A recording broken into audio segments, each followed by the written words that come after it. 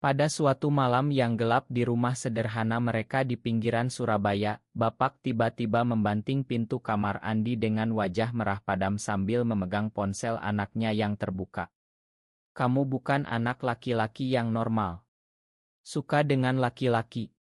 Kamu anak tak berbakti, anak yang membawa malu bagi seluruh keluarga ini," teriak Bapak dengan suara menggelegar yang membuat ibu menangis terseduh di sudut ruangan.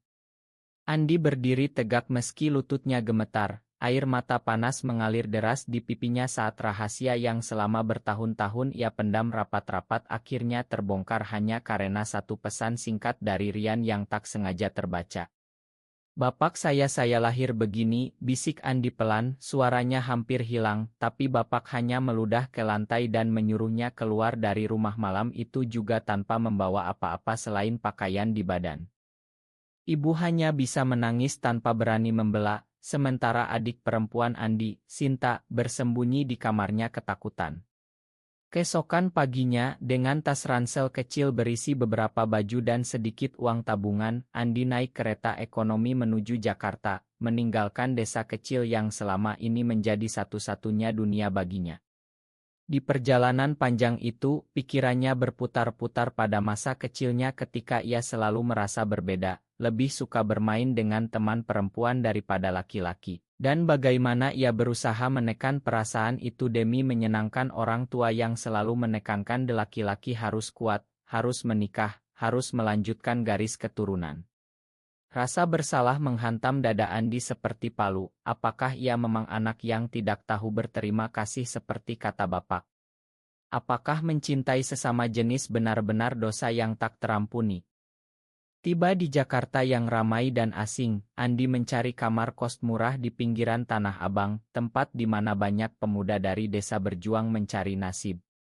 Ia mulai bekerja sebagai pelayan di sebuah kai kecil dekat stasiun, gaji pas-pasan tapi cukup untuk bertahan.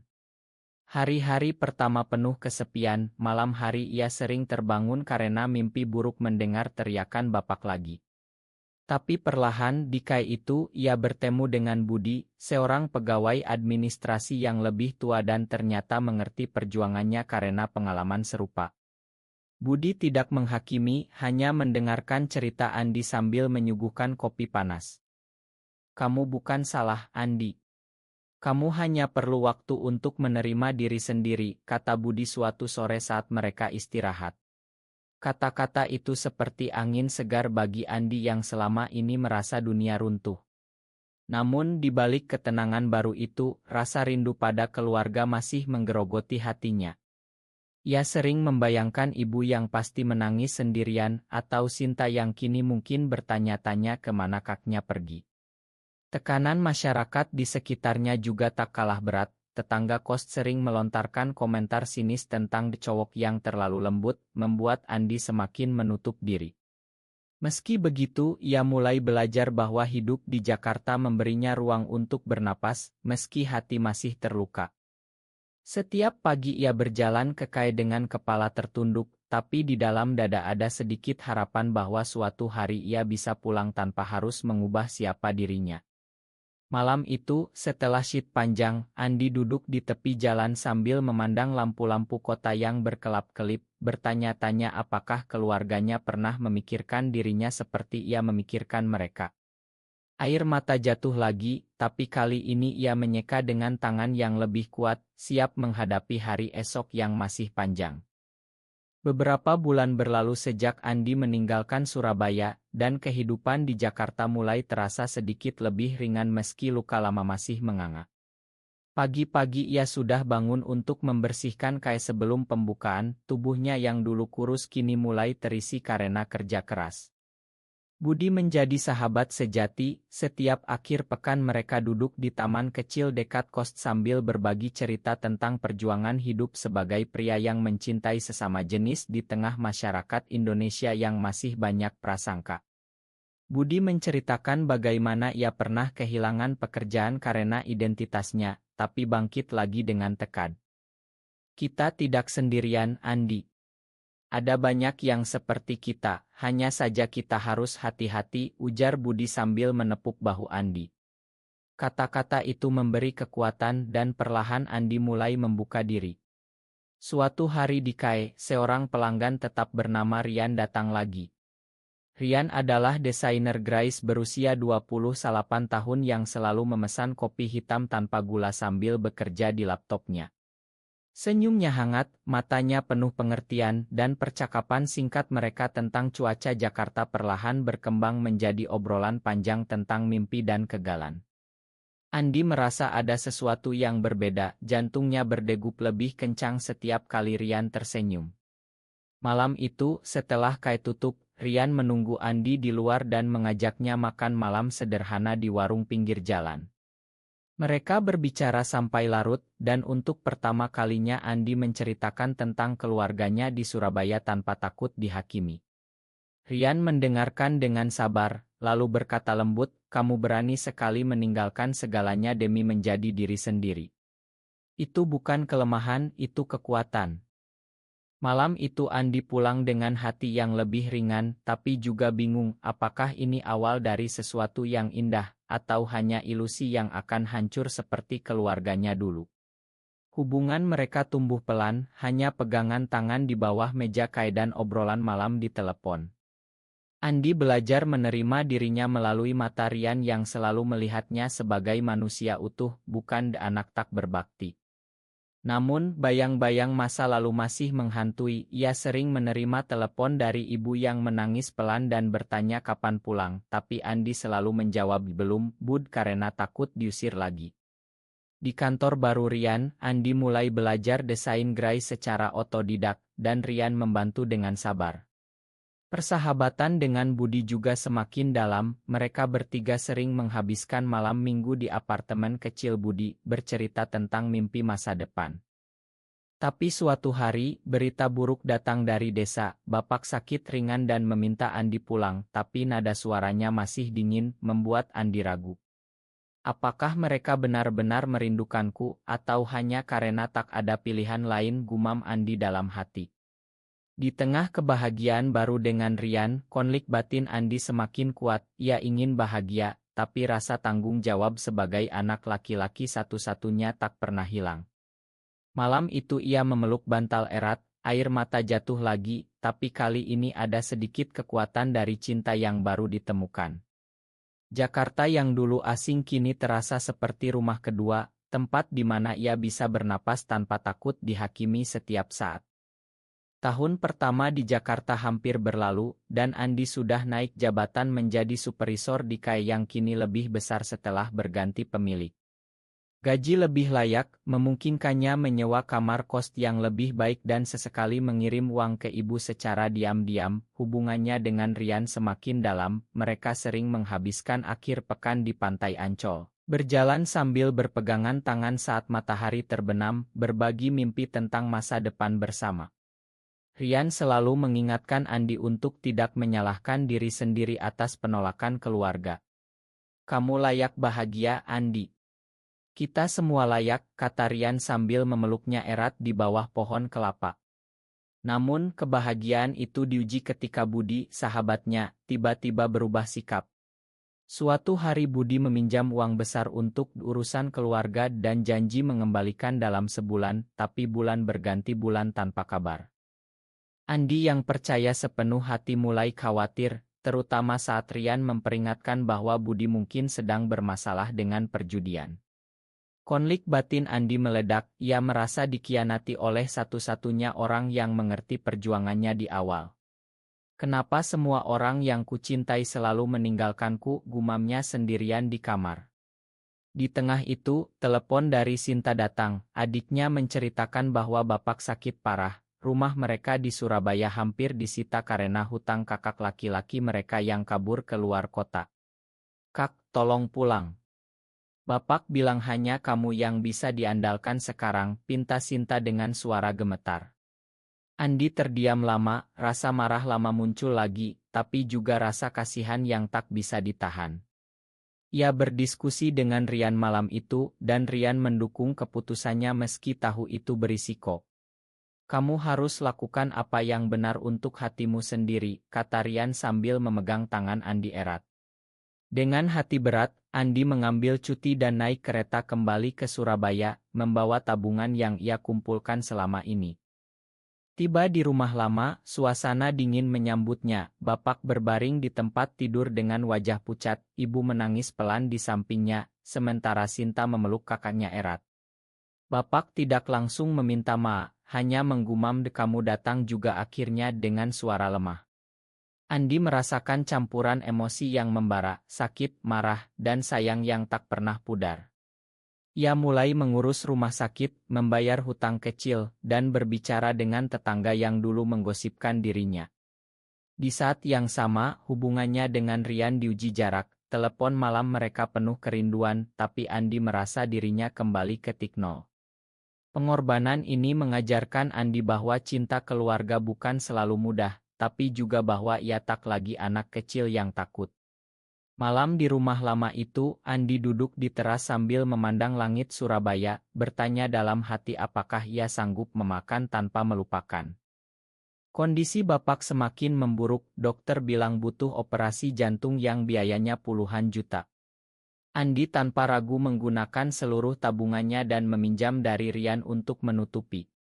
Setiap hari ia mondar-mandir antara rumah sakit dan rumah, mengurus obat, makanan, dan bahkan membersihkan rumah yang sudah lama terbengkalai. Ibu akhirnya berani memeluk Andi sambil menangis, "Makan bapak, nak. Kami salah besar." Tapi bapak masih diam, hanya sesekali melirik Andi dengan mata yang sulit dibaca. Sementara itu, kakak laki-laki mereka yang kabur mengirim pesan singkat minta maaf tapi tak pernah kembali. Andi merasa beban semakin berat, ia harus menjaga wajah bahagia di depan Rian lewat video call, padahal hatinya lelah. Suatu malam setelah operasi sukses, bapak akhirnya bicara panjang lebar. "Aku dulu takut malu di kampung, takut tetangga bilang apa. Tapi sekarang aku lihat, kamu satu-satunya yang tetap di sini." Air mata Andi jatuh, itu bukan maaf penuh, tapi langkah pertama. Rian datang berkunjung akhir pekan itu, membawa buah dan berdiri di samping Andi saat menghadapi tetangga yang masih sinis. Kehadiran Rian memberi kekuatan, mereka berjalan bersama di sawah sore hari, berpegangan tangan diam-diam, dan Andi merasa dunia tak lagi seberat dulu. Namun, konflik baru muncul ketika Sinta bertengkar dengan ibu karena ingin kuliah di Jakarta bersama kakaknya. Andi menjadi penengah, mengorbankan waktu istirahatnya untuk mengantar Sinta mendatar. Di saat yang sama, pekerjaannya di Jakarta terancam karena cuti panjang, tapi Rian membantu dengan proyek desain relance. Pengorbanan Andi semakin nyata, ia rela tidur hanya 3 jam sehari demi keluarga yang dulu mengusirnya. Tapi di balik itu semua, ia mulai melihat perubahan. Bapak mulai bertanya tentang hidup Andi di Jakarta, meski masih menghindari topik Rian. Malam itu, saat hujan deras mengguyur Surabaya, Andi duduk di samping tempat tidur bapak dan menceritakan sedikit tentang Rian. Bapak diam lama, lalu berkata pelan, "Asal kamu bahagia, nak." Kata-kata itu seperti obat penyembuh bagi luka bertahun-tahun. Andi pulang ke Jakarta dengan hati yang lebih tenang, tapi ia tahu perjalanan masih panjang. Hubungannya dengan Rian semakin kuat, mereka berjanji akan menghadapi segalanya bersama. Di kereta pulang, Andi tersenyum kecil, ia bukan lagi anak yang diusir, tapi pria yang belajar memakan dan dicintai apa adanya. Kembali di Jakarta, Andi langsung bekerja keras untuk menutup utang dan membangun kembali karirnya. Rian menyambutnya dengan pelukan hangat di stasiun, dan malam itu mereka menghabiskan waktu berdua di apartemen kecil Rian, berbagi cerita dan air mata. "Kamu hebat, Andi. Aku bangga padamu," bisik Rian sambil memegang tangannya erat. Tapi damai tak bertahan lama, kakak laki-laki mereka tiba-tiba muncul di Jakarta, meminta uang lagi dengan alasan urusan bisnis. Andi menolak tegas, tapi kakak itu menyebarkan gosip buruk di desa tentang adik Gai yang sombong. Konflik dengan keluarga kembali memanas, ibu menelepon menangis, meminta Andi "Dimakan kakakmu." Andi merasa dikhianati lagi, tapi ia memilih untuk tidak membalas dendam. Ia malah mengirim uang kecil untuk ibu secara langsung, tanpa sebut-sebut kakaknya. Di tempat kerja, Andi dipromosikan menjadi manajer karena dedikasinya, dan ia mulai merencanakan masa depan bersama Rian, mungkin apartemen kecil bersama, mungkin perjalanan ke Bali suatu hari. Tapi ujian terbesar datang saat bapak kambuh lagi dan harus dirawat di rumah sakit Jakarta. Andi membawa seluruh keluarga ke ibu kota, menyewa kamar hotel murah, dan mengurus semuanya sendirian. Rian ikut membantu diam-diam, membawa makanan dan menemani ibu yang ketakutan di kota besar. Di ruang tunggu rumah sakit, bapak akhirnya meminta maaf secara terbuka di depan semua orang. "Aku salah, Nak. Kamu bukan anak tak berbakti. Kamu anak yang paling bertanggung jawab." Air mata mengalir deras, Andi memeluk bapak untuk pertama kalinya setelah bertahun-tahun. Sinta dan ibu ikut menangis, dan untuk sesaat, keluarga terasa utuh lagi. Namun, Andi tahu ia tak bisa meninggalkan hidupnya di Jakarta, ia harus menyeimbangkan semuanya. Pengorbanan terakhir adalah saat ia menolak tawaran kerja besar di luar negeri demi tetap dekat dengan keluarga dan Rian. Malam itu di apartemen, Rian memeluknya dan berkata, "Kita akan melewati ini bersama, selamanya."